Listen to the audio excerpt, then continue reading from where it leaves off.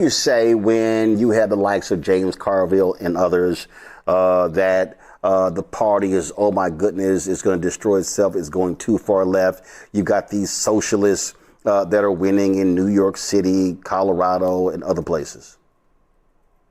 How colorful can I be on your show? Well, the show's called Roland Martin Unfiltered. Well, fuck them. That's my perspective. James Carville, who cares what he thinks? He's a hack. He should retire. His opinion means nothing. These people are out here organizing. These young people, these progressive folks are organizing and demanding a transformative vision of a country that is not unlike the Congressional Black Caucus of 1972. That's demanding universal basic income, or the presidential run of Jesse Jackson in '88, talking about a free Palestine. This is nothing new, but now people are saying, oh, well, look at these outside influences and what's happening to the party and so forth. There was a party that included an ideological diversity that is not well represented in Congress. So I have no love for that man. He can have all the opinions he wants. And why are we even talking about him? He's a hack. He's a has-been. Let's talk about people who actually had some wins, who actually have some skin in the game, who are on the streets, who are listening to young people, who are working with them, who actually respect Black people and listen to our collective wisdom. He ain't the one. I have this candidate running in Michigan for Congress, William Lawrence, who on a podcast made some critical comments about members of the Congressional Black Caucus. And he accused them of being a pillar, frankly, for establishment, capitalist, imperialist American power. And he also said that, he said, quote, "It's a big problem for left politics in this country, and it gets us every single time. It really defangs the white left and puts us in impossible positions, really."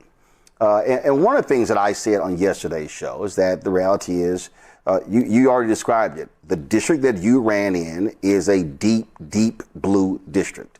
Not all districts that Democrats have won in the country are deep blue districts. And what I've said is the reality is you're going to have different types of Democrats win, because if the thought process is a person who's running in a deep blue district presents the same agenda in every district, then you're likely going to be in a minority and never be in a position of power to control committees, to control the purse strings. I don't know. Well, but here's the deal. I mean, at the end of the day, like, for instance, I said it, a Sanford Bishop in Georgia, he's a Democrat. His district is not a deep blue district. As a matter of fact, that's one of the seats that Republicans in Georgia want to target with gerrymandering. And so how does the party balance that when you literally have different types of Democrats being elected across the country in different districts, some that are purple, some that lean red, some that are deep blue? Look, Will Lawrence, I've met the young man. I actually endorsed him. I endorsed him before he made that unfortunate statement. He has since apologized, and I've accepted his apology. He called me to let me know what happened, and I appreciate the integrity of him reaching out to a Black progressive who endorsed him to set the record straight. And I think it's important to make a distinction. If someone is saying that an establishment class is complicit in the corporate duopoly that hurts our nation and what's left of our participatory democracy, and that transcends race, that is a valid point. If he said Black people were taking the charge of imperialism and militarism and hypercapitalism, that would be wrong, inaccurate, inappropriate. He didn't say that. But if we're just talking about the establishment, we have to come to terms with what that actually means. Institutionalists who believe that our institutions should not be overhauled and that they are inherently good. I don't believe that. So I would share that sentiment with him if that was his point. To your point, Not all people can run the same platforms because of the demography of their districts. I don't think he was making a prescription for that. But the other reality is there's a way to run with progressive values in a wide array of districts, including rural communities. I mean, the folks who should embrace progressivism the most are rural communities. Absolutely. And the reality is, even conservatives, as long as they draw a Social Security check, they're embracing socialism, whether they know it or not, whether they like it or not. It's a fact. There would be no Social Security, Medicare, Medicaid, public education, public housing, et cetera, without the socialist programs that were born of New Deal measures and afterwards. But here's the other. How do you get them to see and understand that? Because the reality is, listen, and we've talked about it. These are the same folks who say, "Oh my God, y'all need to get rid of that damn Obamacare, but don't touch the Affordable Care Act." And you're like, exactly. You know, it's the same thing. And so what you're describing, but they don't, right? Right. Well, what you're describing is what folks have said for years. Look, in 2004, Howard Dean said Republicans focus on God, gays, and guns. So how then do Democrats, though, speak to those voters when those are the very people who I always say vote against their own economic interests, and they complain about the very thing they're receiving? You got Republicans in Mississippi and South Carolina who bitch about federal funding, and their states would not survive without federal funding. Okay, so how many rural conservatives want an AI data center in their backyard? I'm guessing close to zero. Close to zero. But we have corporate Democrats who are supportive of that. You need to organize with people closest to the pain as a central point. You can be on the same side on a particular issue like data center construction with leftists dealing with folks who are on the right based on how it impacts their lives in very discernible ways. You can do that work. It's not going to happen with the Democratic Party because the Democratic Party does not take a position on these things. But those of us who are to the left of our party do. And we're going to get a lot more support from folks who do not identify as progressives or even as Democrats, because we're talking about real issues that are almost always associated with the same problem in this nation, and that is corporate greed and the billionaire class. But if the Democratic Party is like, well, we want to be supported by the good billionaires, and the Republicans are like, all billionaires are good, then we've lost, right? So this is really about the donor class. The Democratic Party listens to its donor class and not to its base. If it were intelligent, it would listen to Black women. It would listen to young people. It doesn't. That's why we lost in 2024. Unless we change that, they're going to keep messing up. And there's going to be anomalous folks like me who win, who have constituencies who want something vastly different, and there's an electorate to support people like me. Questions for the panel. Larry, you first. Yeah, Representative Rabb. First of all, I want to note that you're representing my former district, so I acknowledge that. So Okay. we talk about, Philadelphia and its history of Black progressivism. It's like you're not the first among generations of individuals with similar views that represented a part of the city or all of the city. You talked about young people, and I want you to connect those two things in terms of obviously the history of Black progressives in Philadelphia and what you believe the next generation of young people in Philadelphia and other jurisdictions are hoping for and believe they can accomplish in the future. Well, the next generation is already here, right? We're talking about folks for the first time in my political career, and I've been in office for 10 years. I serve in the largest full-time state legislature in the country. I represent a majority Black mixed income district in Northwest Philly, and largely older Black folk are overrepresented in the electorate. The number of young people across ethnicity that came out in this primary on May 19th, Malcolm X's birthday, was extraordinary. It significantly increased voter turnout because young people saw themselves in a campaign that spoke truth to power and along with substantive policies. And so they showed up. In fact,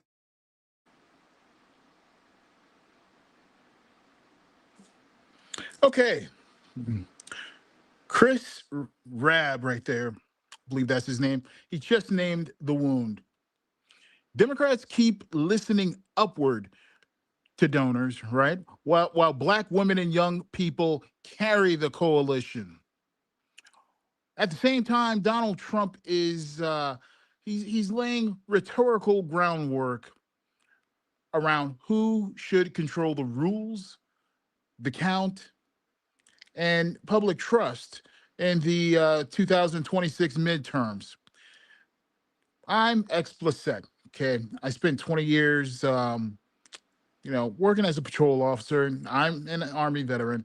That experience taught me to pay attention when somebody begins building the justification before the operation even begins. So first comes the threat language, right? The repetition conditions the audience. Okay. And finally, the proposed exercise of power starts sounding reasonable. And tonight we're going to separate what the evidence establishes from what we can reasonably infer. All right. We got Trump's own words right here. And later we're going to have Ari Berman's reporting and analysis. We also, have open questions about how far, this type of machinery has advanced and which officials would carry it out. Now Trump's speech gives us direct evidence of public conditioning and his stated intent to change the law. The operational details remain partly unknown. We will keep that boundary visible while we ask the central question, which is election integrity describing a security concern, or is it becoming the permission structure for interfering with the midterms? Let's begin with the larger landscape here. But I want you to keep Chris Rabby's warning in mind as we roll through today's report. I want you to listen beneath the headlines. Whose pain becomes urgent, whose power gets protected, and how quickly a public story becomes the justification for political control. All right, so let's go ahead and play the first clip.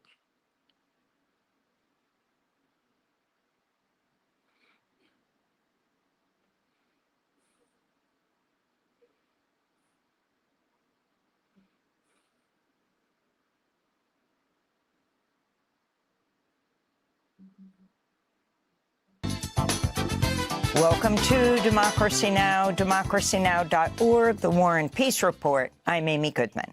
Iran's government says at least 8 people were killed as the U.S. carried out a 6th straight day of attacks. Targets included a railway station, 6 bridges, and other civilian infrastructure. Iran's energy ministry is calling on citizens to reduce their electricity use after Iran's energy grid came under attack despite sweltering summer heat with temperatures well into triple digits. In another bombing, the U.S. struck near a children's cancer hospital in the southwestern city of Avaz.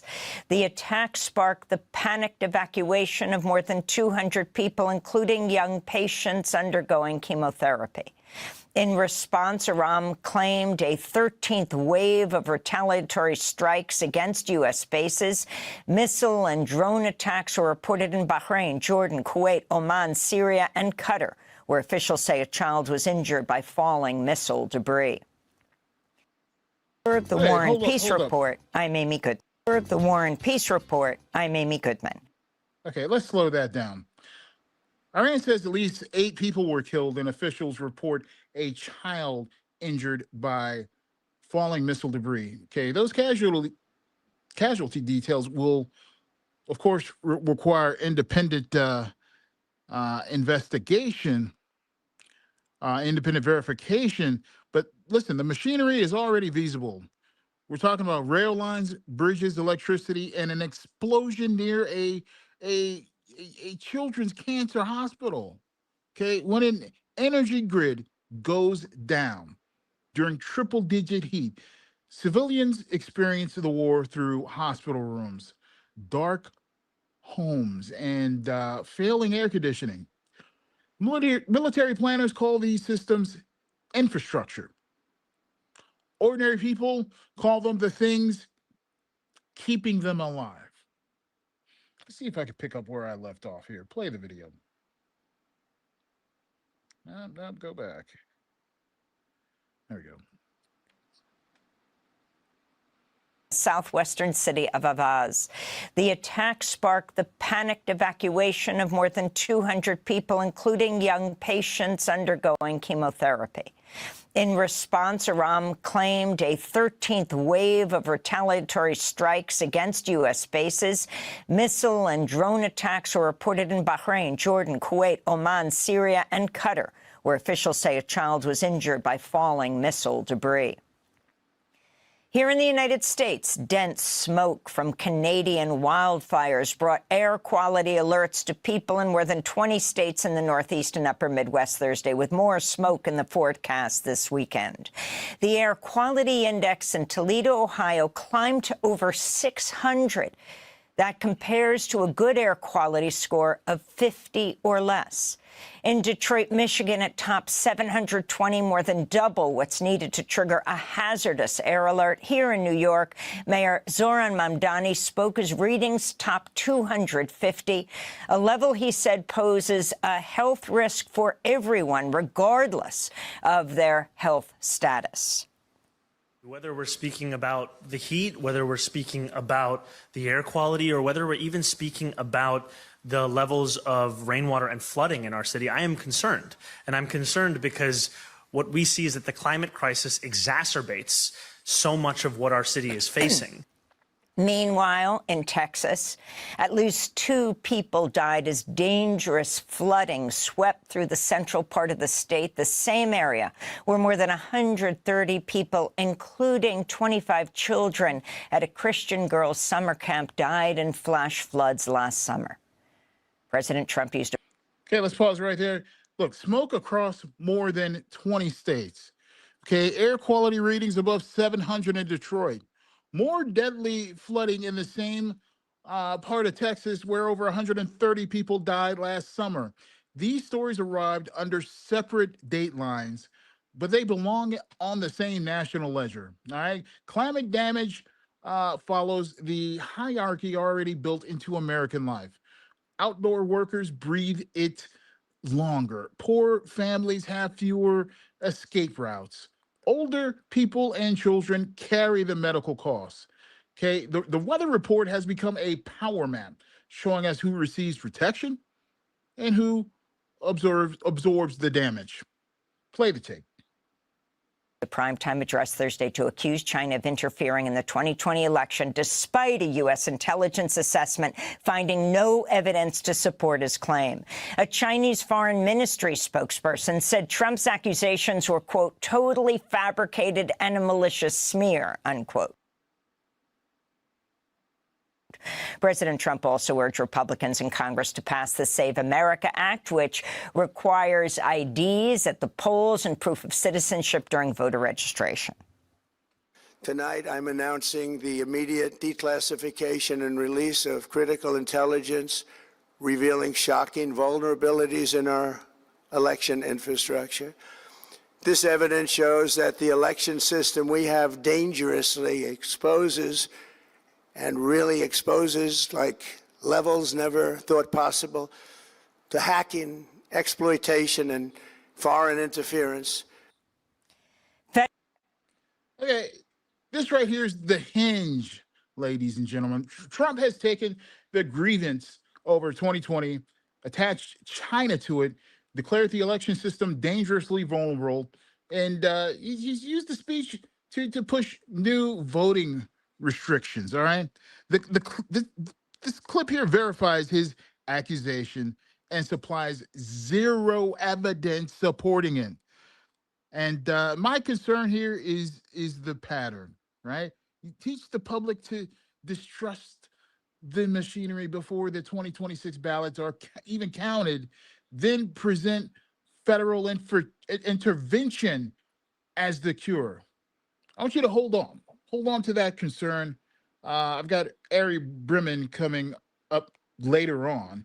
He's going to help us examine whether this speech is laying the groundwork for interference in the midterms. Play the tape. Federal investigators have found President Trump's longtime teleprompter operator, Gabriel Perez, made more than $100,000 by betting on Trump's speeches. He allegedly used the prediction market Kalshi to place the bets. The company alerted the Commodity Futures Trading Commission to Perez's suspicious activity on its mentions market, where users can bet on whether specific words or phrases are uttered during public remarks. White House Press Secretary Carolyn Leavitt was questioned Thursday about the scandal. Obviously, I'm aware of the report. The president is too. I spoke with him about it. He believes it's deeply unfortunate and, frankly, a disgrace. Oh, finally. Somebody admits or says the quiet part out loud here. Listen, federal investigators reportedly found that Trump's teleprompter operator made more than $100,000 betting on words and phrases Trump would say. And think about what that means. A presidential speech became private betting information before the public heard it. Now, Catherine Leavitt calls the conduct a disgrace. Fine. The institutional question goes deeper here. Who controlled the speech? Who had advance access? What safeguards existed around information, capable of moving money? If the reporting holds, the teleprompter was also a window into a rigged market. Go ahead, play the tape. This comes as President Trump's company Truth Social announced plans to charge for special high-speed access to Trump's social media posts, including statements on national security and financial topics. In response, Connecticut Senator Richard Blumenthal wrote, quote, "The president's social media posts covering war and peace and government regulations move markets. Truth Social selling preferential access is yet another example of flagrant corruption, trading access to the White House for Trump's self-enrichment," Blumenthal said. Meanwhile, a senior Iranian official told DropSite News Iran had informed Vice President J.D. Vance that Trump's son-in-law, Jared Kushner, and his Middle East envoy, Steve Witkoff, were more interested in exploiting insider knowledge of the ceasefire negotiations to potentially profit than they were in reaching a deal. Iran provided DropSite written documentation of evidence that Kushner and Witkoff were using diplomatic developments to manipulate financial markets. The White House flatly denied the allegations. Keep the evidence tiers straight here, all right? Truth Social openly announced plans to sell faster access to Trump's market moving posts. Senator Blumenthal calls that corruption, which is his judgment. A senior Iranian official separately alleges that Kushner and Witkoff tried to exploit ceasefire intelligence for profit.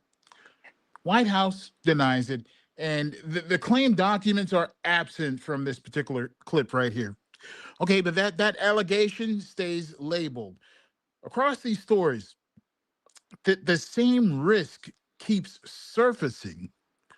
Public decisions move private markets, while the people closest to presidential power stand nearest to the clock. Play the tape.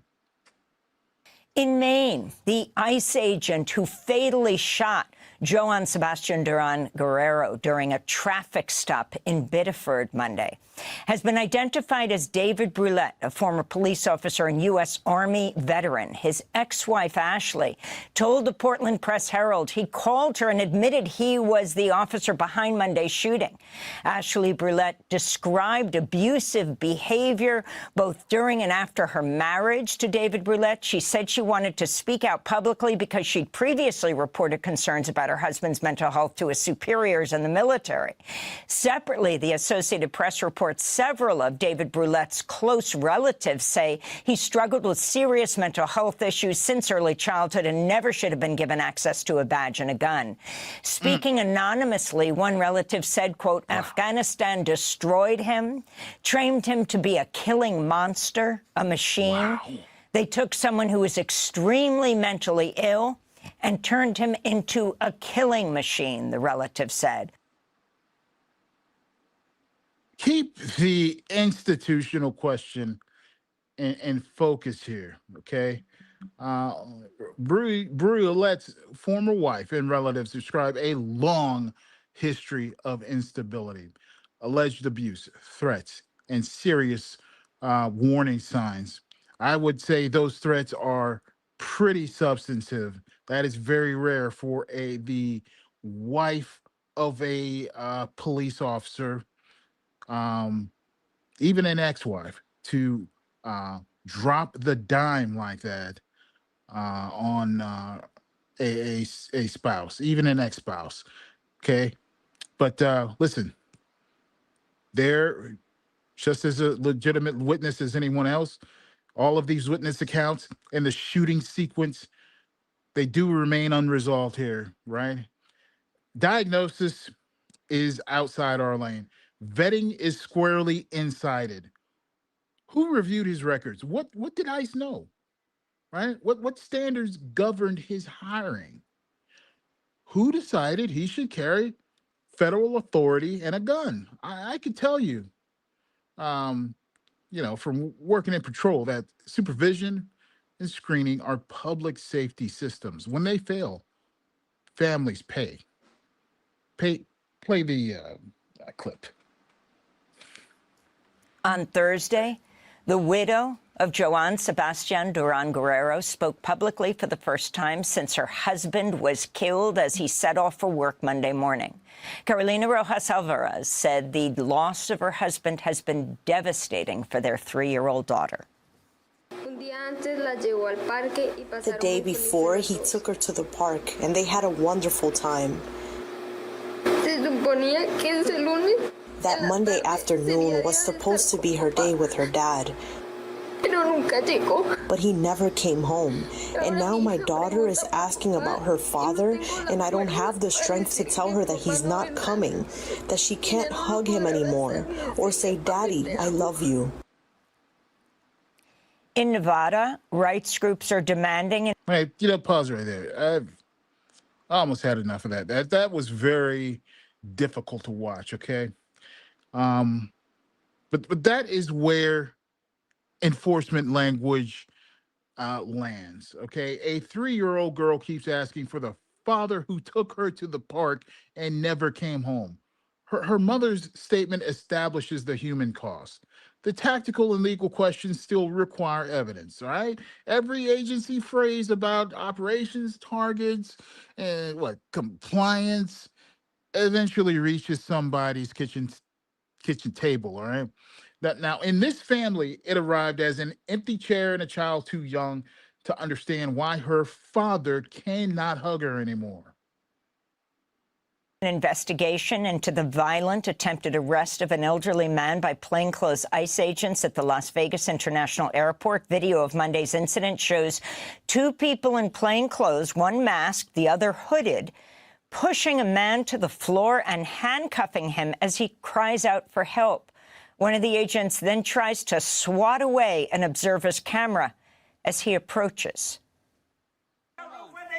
What's going on? What's going on? Law enforcement. What's going on? We can still have the right to know what's going on. Everyone back up. Are you okay? Responding to the video, Nevada Democrat. Okay, look closely right here at what the public can actually see. we're looking at people in plain clothes, one mask, not right here in this frame, but the individuals you saw walking away, right? There's one mask and another hooded. They were forcing a man to the floor, handcuffing him, and striking toward an observer's camera. You know, I'm gonna go back and let's do instant rewind just in case you missed that, because we're looking at a TSA agent right here. So let's just wind it back a little bit. That's too far. Okay, boom. I think this is the beginning right here. And handcuffing him as he cries out right for there. help. The one with the backpack. One of the agents then tries to swat away an observer's camera as he approaches. What's going on? What's going on? What's going on? We can still have the right to know what's going on. Everyone back up. Are you okay? Responding to the... Okay, so...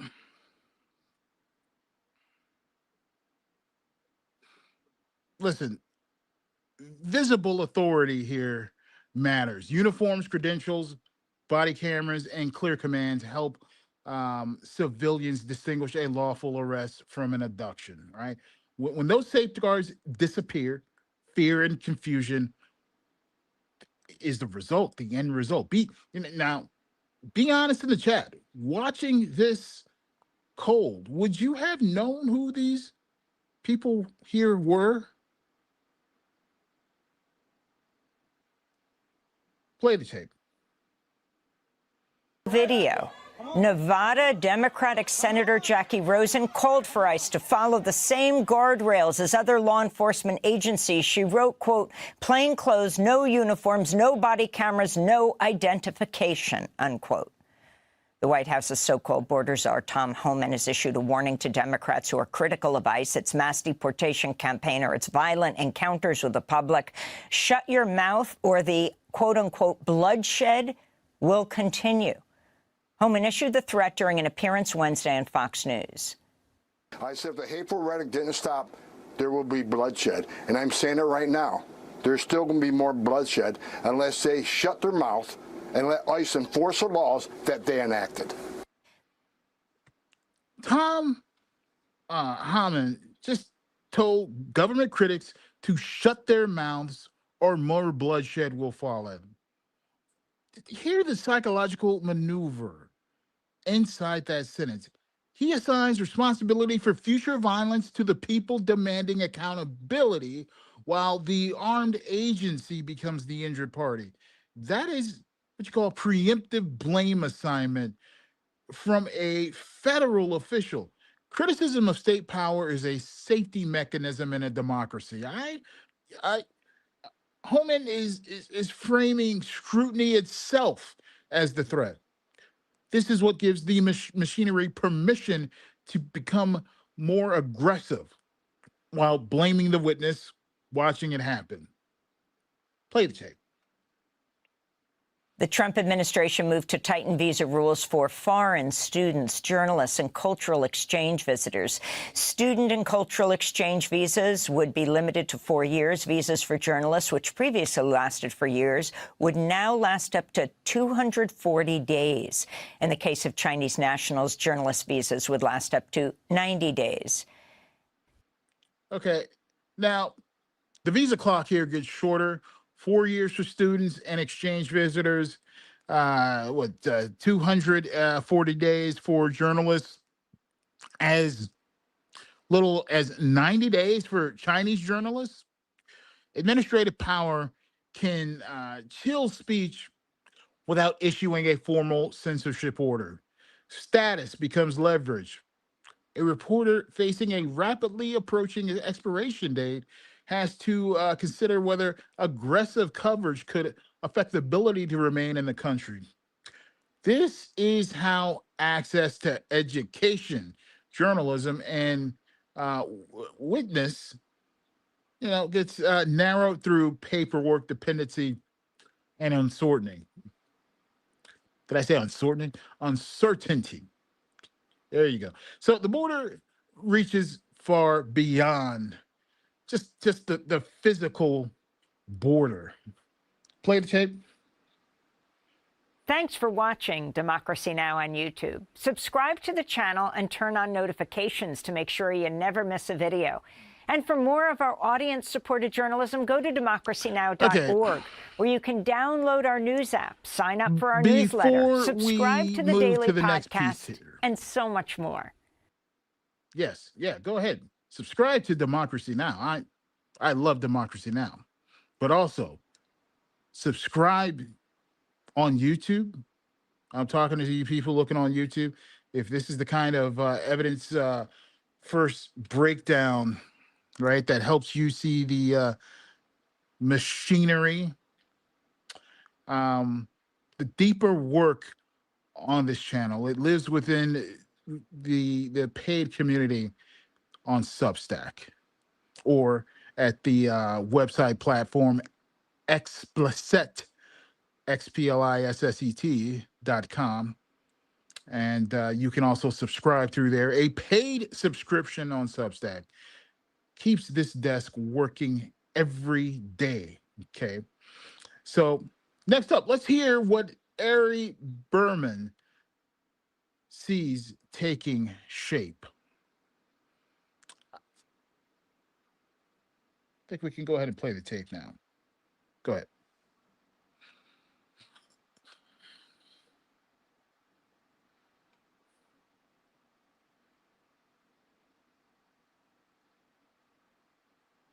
Now we move from today's symptoms into the machinery that could decide who This is reaches Democracy the Now!, ballot. democracynow.org. I'm Amy Goodman with Juan Gonzalez. President Trump used a primetime address Thursday night to accuse China of interfering with the 2020 election, despite a U.S. intelligence assessment finding no evidence to support his claim. A Chinese foreign ministry spokesperson said Trump's accusations were, quote, totally fabricated and a malicious smear, unquote. During the speech, Trump announced he was declassifying documents that show what he called shocking vulnerabilities in our election infrastructure. But Trump offered no evidence that China or any other nation had directly interfered with the recent elections, including in 2020, when President Trump lost to Joe Biden. This is part of what Trump said last night. Put together, these disclosures reveal an election system so broken and so vulnerable that no one can possibly defend it. It is not defensible. Hundreds of millions of U.S. voter files are in the hands of foreign governments. Our machines and ballot counting systems are exposed to hacking and manipulation and corruption. China and other countries have been trying to meddle in our elections. Evidence of fraud has been buried. Hundreds of thousands of non-citizens and dead people are listed and active on the voter rolls, and yet we still have elections with no voter ID, no proof of citizenship, and tens of millions of ballots floating aimlessly through the mail. Pause right there. Okay, listen to the construction. Foreign governments have voter files. Machines are exposed. Fraud was buried. Dead people are on the rolls. He stacked 4 separate claims together, so the fear created by one supplies the evidence missing from the next. Okay, you're talking about what? A voter registration file, a voting machine, a name on a roll, and a ballot cast are 4 different things. But he supplied no chain connecting them. This is the machinery right here. Turn administrative complexity into one cloud of suspicion, then point to the cloud as proof. Play the tape. After the speech, all 24 Democratic governors in the United States issued a joint statement saying, quote, it's deeply alarming President Trump continues to try to undermine free and fair elections. No amount of lies and conspiracy theories can change the fact that our country's elections have repeatedly been proven to be safe and secure. These attacks are intended to intimidate and silence voters, the governors wrote. President Trump ended his speech by urging lawmakers to pass the Save America Act. But most importantly, addressing this crisis of election security demands that Congress must pass the Save America Act. How easy is that to do unless you want to cheat? The only reason you wouldn't do it is you want to cheat because your policies are so bad and your candidates are so pathetic that you can't get away or can't get elected any other way. Voting Rights Act. Hold up. There it is, ladies and gentlemen. Pass the bill or confess that you want cheating. Trump has converted a policy fight into a loyalty test. Okay. The Save America Act would impose documentary proof of citizenship and photo ID requirements. Its opponents warn that eligible voters could be blocked by these burdens. Whose name changed after marriage? Whose records are delayed? Who lacks immediate access to a passport or a birth certificate? Those are legitimate questions about eligible citizens. Trump, what he's doing here, he erasing them by declaring everyone who questions his bill corrupt before the debate even begins. Play the video. Activists have warned the Save America Act could disenfranchise millions of eligible voters. We're joined now by Ari Berman, the national voting rights correspondent for Mother Jones, author of the book Minority Rule, The Right-Wing Attack on the Will of the People and the Fight to Resist It. Ari, what were your takeaways from last night's primetime address? Fascinatingly, a number of news outlets did not run it live or pulled away from it to counter what they said were President Trump's lies, that they weren't just going to give him a platform for them. Hi, Amy. Well, thank you for having me back on the show. It's an honor to be on twice in 1 week. But I have to say that Trump's speech was shockingly weak. It had no new evidence, despite him claiming that there would be really big news. No new evidence about the 2020 election. No evidence that votes were tampered in some kind of way, that election equipment was accessed in some kind of way. The classified documents did not show what Trump claimed they purported to show. And so really, if Trump was trying to build another case, because he's been making this argument for 6 years, but was trying to build a smoking gun case that the 2020 election was stolen, he failed miserably. That said, I am still very concerned that this speech is intended to lay the groundwork for the administration to interfere in the midterms, and that his speech is going to ratchet up pressure to interfere in the midterms. And he's going to point to all the things he's done, all the intelligence he's disclassified, and say, now I have evidence, even though he doesn't have the evidence, but he's going to claim he has the evidence to do things like attempt to seize voting machines, stop mail voting, require proof of citizenship to register to vote. And so even though the speech itself was very underwhelming, the threats to fair elections remain, and if anything, have gotten more dire in the wake of the speech. Berman just named the danger precisely.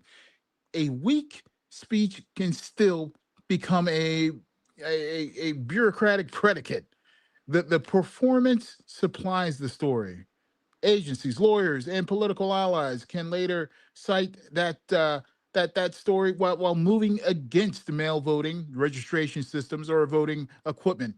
Berman is forecasting a danger. A settled operational plan has yet to be shown. So watch for the evidence that would turn this warning into government action. Talking about directives from DOJ or DHS, demands placed on state election officials, subpoenas, attempted seizures, new barriers imposed before the midterms. Play the tape. Ari, I'm wondering if you'd comment on two things. One, this whole issue of this president talking about interference in elections when he's directly tried to influence or interfere elections in recently in Argentina, in Colombia, in Honduras, actually threatening voters in those countries if they didn't vote for what the United States would do if they didn't vote for his candidate. And also this whole issue of dead people. He keeps raising dead people voting. Well, anybody who knows anything about elections knows the last thing a family thinks about when a loved one dies is removing them from the voter rolls. So it usually will take about 2 years or more for any state to actually purge people who have passed away from their voter rolls. He doesn't talk about dead people voting. He talks about dead people being on the rolls. Wondering your thoughts. Yeah, Juan, those are all really good points. I want to make a few comments in response to them. Number one, if anyone has benefited from foreign interference in U.S. elections, it's been Donald Trump. He benefited from Russian interference in the 2016 election. He benefited from Russian interference in the 2020 election. He totally ignored the evidence of that. So to the extent that there was interference in elections, it was Russia helping Trump. Secondly, America is the last country in the world that should talk about foreign election interference, given what America has done all across the world for so many decades, overturning elections, and in particular what Trump has done to overturn elections, to just oust leaders altogether, to invade countries unprovoked. I mean, it's the height of hypocrisy for him to say we're concerned about foreign election meddling, given that the U.S. under Trump is the one that's doing all the foreign election meddling. And then to your last point, yes, there may be some dead people that are still on the voter rolls because they have not been removed. There may be some small number of non-citizens who are on the voter rolls accidentally. That does not mean they are voting in American elections. There is no evidence dead people are voting in elections. There is very, very little evidence that non-citizens are voting in American elections. 2016 election, he benefited from 2000 when they released the data. That number is likely wildly inflated because of false positives and inaccuracies in DHS databases. So we know American elections are secure because the results are audited extensively at the state level. They're reviewed at the federal level. The 2020 election was reviewed and found to be the most secure in American history. Trump keeps talking about the 2020 election, A, because he's a petty narcissist who can't get over his defeat, but B, because he wants to create the predicate to interfere in the midterms. And I believe that's what this speech was ultimately all about. Look, here's the distinction Trump needs people to miss. A dead person's name remaining in a database is not a dead person casting a ballot. A registration record is not a vote. Database lag and false matches become politically useful when somebody needs a frightening number for a headline. Then that number becomes the pretext for voter purges, mass challenges, and federal intervention. Follow the machinery behind the statistic, y'all. Who constructed the match? Which records did they compare? How many false positives appeared? How many actual ballots were involved? How many eligible voters could get swept up? Lynette, thank you for joining us. She says, funny how it was Hillary's emails and Hunter's laptop. She also says, lying enough about the same thing makes it seem true. Yeah, what's that saying about you tell a lie enough times? Yeah. Play this tape. Let's go to Trump threatening NBC and ABC for not fully airing the speech. In a rare move, NBC and ABC Fake News have both said that they would not cover this speech. They knew what it was about because of the fact that they don't like the topic, because they know how corrupt our system is and they don't want to reveal it. They and others in the media are part of a plot. They want to continue this fraud for whatever reason. They want to keep it going. They want to protect the radical left. They can't have a great country, and that's true. You can't have a great country without free and fair elections.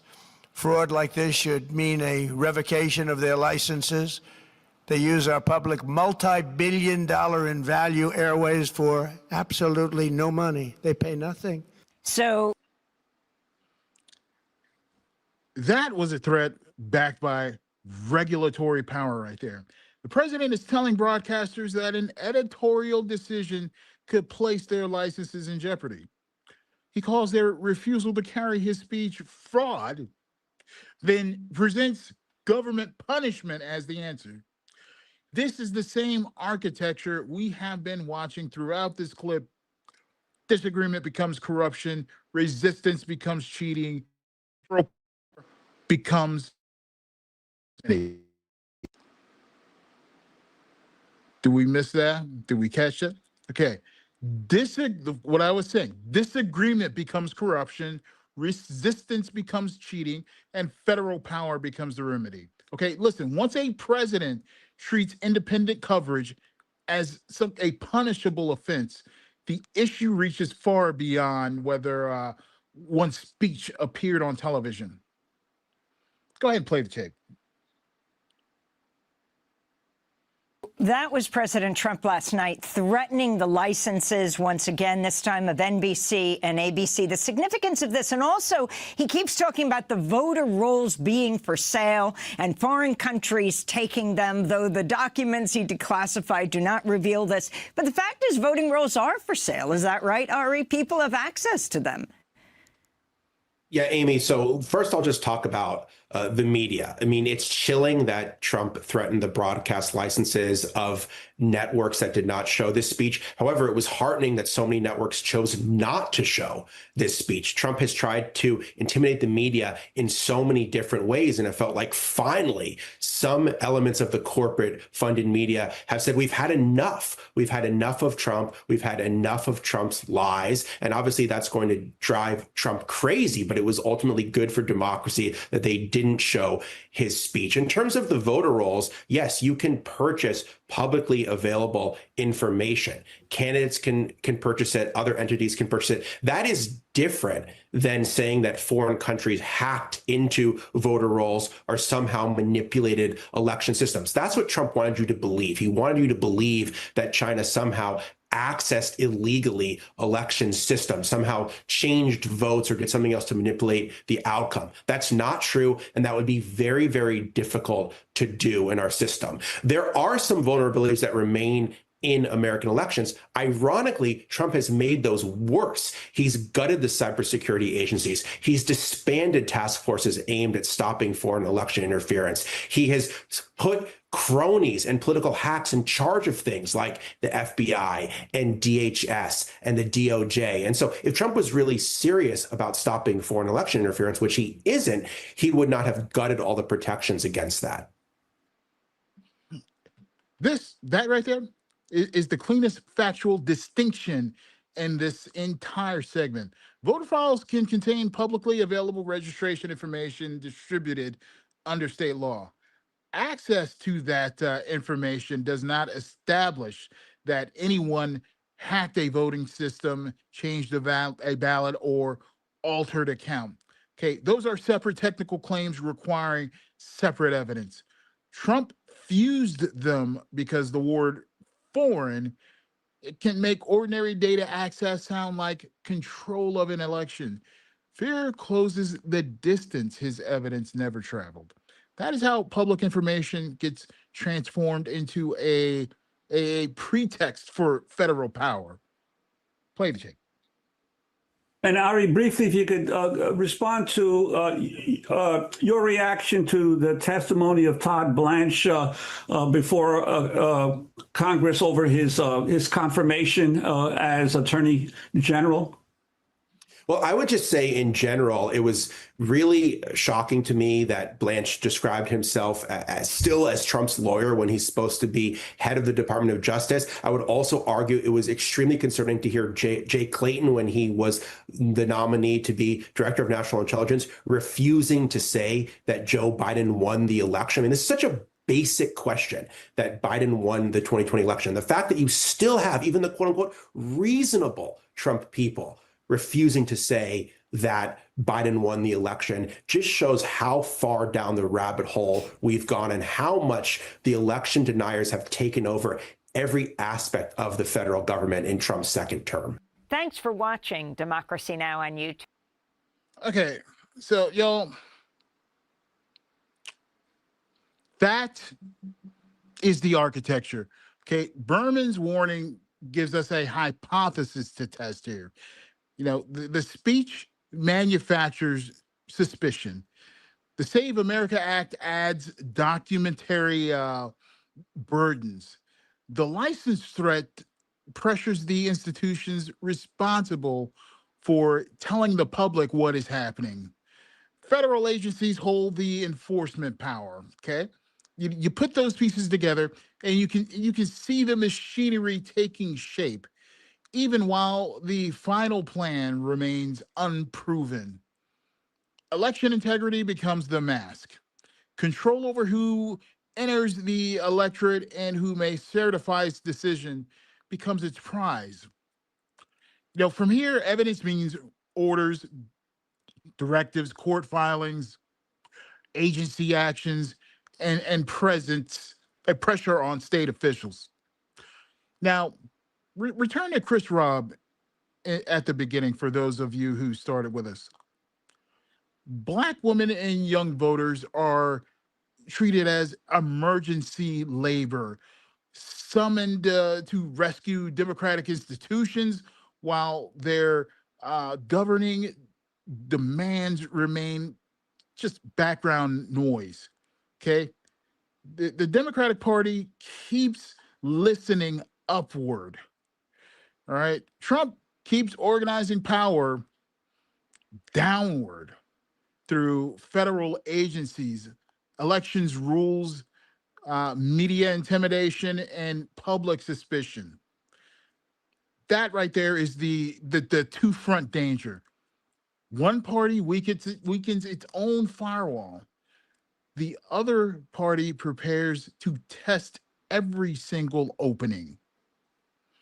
Look, if you want this desk to keep following the machinery after the headline moves on, the first move is a paid subscription to this Substack at explicit.com. Go ahead and click the link. It's right there on the page. Support this work. To everyone already paying, look, listen, I want to thank you. You make this work possible here on YouTube. Anyone who's listening to YouTube, subscribe, like this broadcast, and tell me in the comments which part of Trump's election integrity language concerns you most. And once you see clips of this video on Substack, I want you to share, restack this with one person who really needs this map here. And flexible one-time support, $1, $5, no problem. Buy me coffee. You can, again, go to explicit.com, support this site. The link is right there on the right, or you could just go straight to Buy Me Coffee. Type in, search for Explicit, XPLISSET, and I should pull me right up. Okay, you guys, you have a safe weekend. Enjoy your Friday night. I may be on tonight, maybe on. So, keep a lookout in your emails. Keep a lookout in the timeline. And join me tonight.